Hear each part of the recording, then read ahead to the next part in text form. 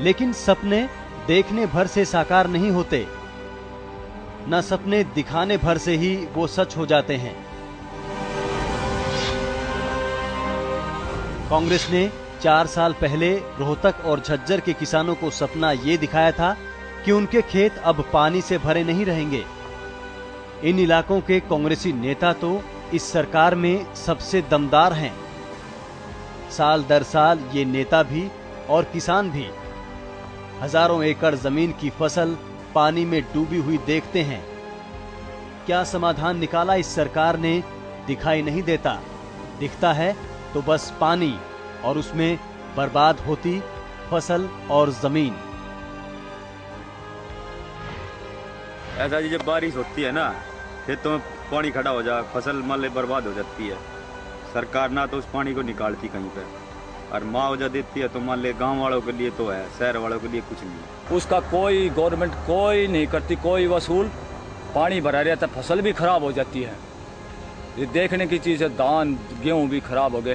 वो duck time पे एक बार मिला था, उसके बाद कोई नहीं, गरीब को कुछ नहीं मिलता। यानी ऐसा है राज, पाप का राज है। कोई सुनवाई नहीं, कोई किसी की नहीं।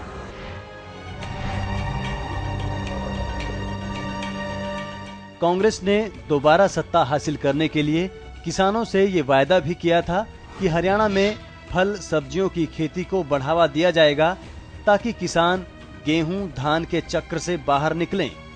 पिछले 4 सालों में कितने किसानों ने गेहूं धान छोड़कर सब्जियां उगानी शुरू की, ये इस बात से साफ होता है कि हरियाणा में सब्जियों के दाम लगातार आसमान छूते जा रहे हैं। दरअसल कांग्रेस ने वादा तो ये भी किया था कि सब्जियों पर लागत कम करने के लिए ट्रांसपोर्टेशन यानी उन्हें मंडी तक लाने पर होने वाले खर्च पर सब्सिडी दी जाएगी। जैसे हम फसल का बुआई का है, जुताई का है, खाद का है, दवाई का है, स्प्रे का है, जैसे भी हम एस्टिमेट लेते थे ऐसे हमारे को कुछ पल्ला नहीं पड़ता। वहाँ जाके तो हम लोग डाल नहीं पड़ती है। कोई बार ऐसे जैसे महंगाई के अनुसार खाद महंगा, दवाई महंगे है, बुआई महंगे है, वैसे तो कोई वारा नहीं खा रहा। वैसे मंडियों को आगे भाव सुने तो बहुत ज़्यादा भाव दिखाई दे रहे।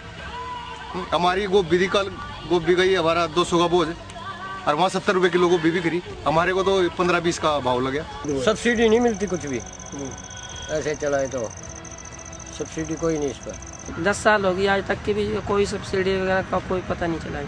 अपना कोई साधन से ले जाना पड़ेगा, किराए पर करके ले जाना पड़ेगा। मंडी में तो अपने लोड करी बुग्गी में चलते। टेलीविजन पे मैं कल देख रहा था, लिखा हुआ था कि आलू का रेट 40 रुपए किलो। हमारा तो आज तक कभी 10 रुपए नहीं बिका। जब से हम पैदा हुए तब से हम आलू पैदा कर रहे हैं। आज तक एक बार भी ऐसा टाइम नहीं आया जब हमारा आलू 10 रुपए किलो बिका। इस साल प्याज लगाया था, हमारा 7 रुपए किलो, 5 रुपए किलो से 7 रुपए किलो के बीच बिका। और अब वही प्याज जो है टेलीविजन में खबर आ रही है कि 80 रुपए किलो पे हो गया। प्याज के बारे में अभी देख ही रहे हैं, जब किसान पैसा पैदा करता है तो उसको क्या दिया जाता है। मतलब हमारे पड़ोसी प्रदेश में 2-2 रुपए किलो प्याज किसान को बेचना पड़ा था और आज आप उसको 60, 70, 80 किलो के हिसाब से कर रहे हैं। इसका मतलब निश्चित रूप से आपने जमाखोरों को छूट दी है कमाने की, वरना तो सरकार हस्तक्षेप करती तो किसान का भी फायदा होता। एक बार टमाटर का रेट 40 रुपए किलो गया, 50 रुपए किलो गया।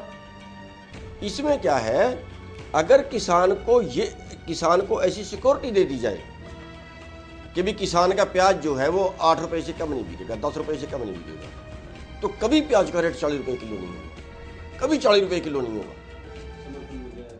अगर समर्थन मूल्य उसका तय कर लिया जाए और उस पर सरकार खरीद दे।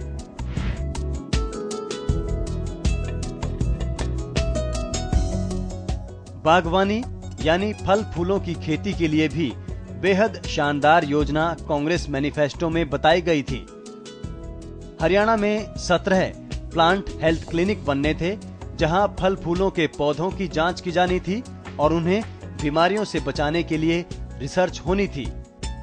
वादा तो किसानों को बागवानी के तौर तरीके सिखाने और फूलों को संरक्षित कैसे करें, ये सिखाने का भी था।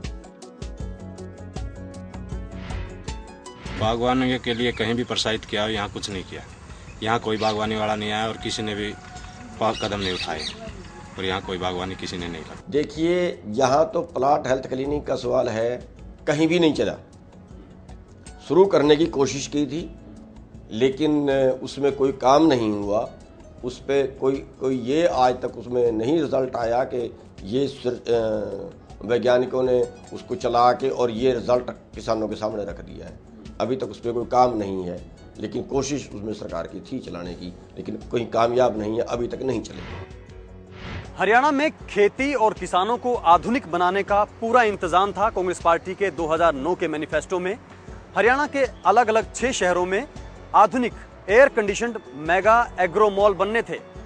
बनने 6 थे, बना सिर्फ एक है सीएम सिटी रोहतक में। वो भी अब तक लोगों के काम नहीं आ रहा है। खुद कृषि विभाग के अधिकारी बताते हैं कि काम धीमा चल रहा है और लोगों को इनका फायदा मिलने में वक्त लगेगा। मॉल हमारे 3 सेक्टर में गवर्नमेंट ने करनाल को तोहफा देने की योजना बनाई थी, वो बहुत कछुआ चाल से चल रही है।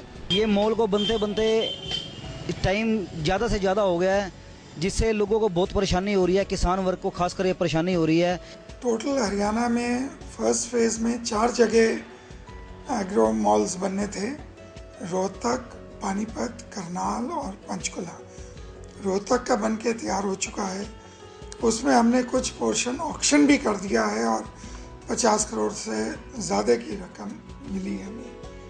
पानीपत और करनाल के फाइनल स्टेजेस में है कंस्ट्रक्शन, उम्मीद कर रहे हैं हम दिसंबर एंड तक उनको भी चालू कर देंगे। पंचकुला वाला थोड़ा सा डिले है, और लेकिन अब एफर्ट्स को एक्सपेडाइट करके जनवरी एंड तक वो भी चालू होंगे। ये बस ख़त्म ही हो चुका है ऑलमोस्ट, और जो है कुछ टाइम बाद ये स्टार्ट हो जाएगा। इसका उद्घाटन मुख्यमंत्री द्वारा किया जाना है और ऑलमोस्ट फिनिश है ये।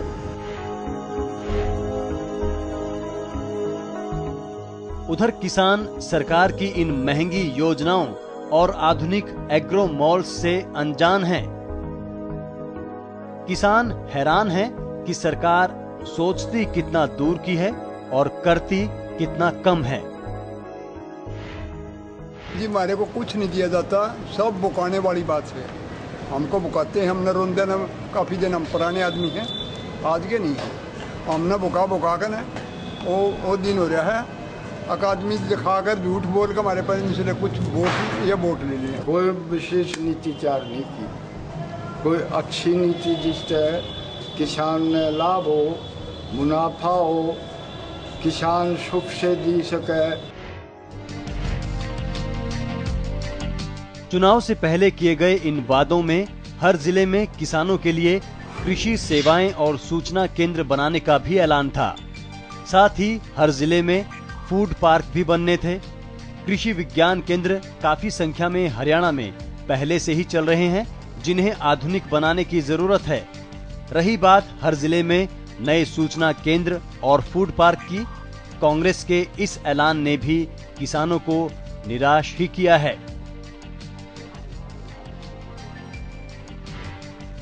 किसानों को जानकारी देने के लिए किसान सेवा केंद्र व एक्सटेंशन वर्कर्स की बेहद कमी है। इस कमी के रहते किसान सही व सटीक सरकारी जानकारी प्राप्त नहीं कर पाते। एग्रीकल्चर टेक्नोलॉजी इंफॉर्मेशन सेंटर्स की देश भर में शायद 44 सेंटरों में स्थापना की गई है। हरियाणा में शायद वो हरियाणा एग्रीकल्चर यूनिवर्सिटी में है, लेकिन वो आम किसान की पहुंच से बाहर है। नरवाना में एक फूड पार्क सैंक्शन हुआ था हुड्डा साहब की पहली योजना में, लेकिन वहाँ पर अभी तक कोई डेवलप नहीं, कोई इंडस्ट्री लगी नहीं वहाँ पर। हम चाहते हैं कि जींद के अंदर फूड पार्क स्थापित होना चाहिए, और तो कोई इंडस्ट्री है ही नहीं जींद जिले के अंदर। हमारी हरियाणा सरकार से, मुख्यमंत्री से विनती है कि फूड पार्क जींद में बनाया जाए, जिसकी यहाँ के किसानों को फायदा होगा, बेरोजगारों को रोजगार मिलेगा। जींद पिछड़ा इलाका है, हमेशा से इसमें ये पिछड़ा है। जमींदारों को, किसान को ये सब बहुत सहूलियत में लगी, इसलिए ये जींद में लगने चाहिए। किसानों के लिए कांग्रेस पार्टी के वायदों की फहरिस्त बहुत लंबी है। यहाँ एक छोटे से ब्रेक के लिए रुकेंगे। ब्रेक के बाद आपको 2009 के कांग्रेस पार्टी के चुनावी घोषणा पत्र के कुछ और पहलू बताएंगे।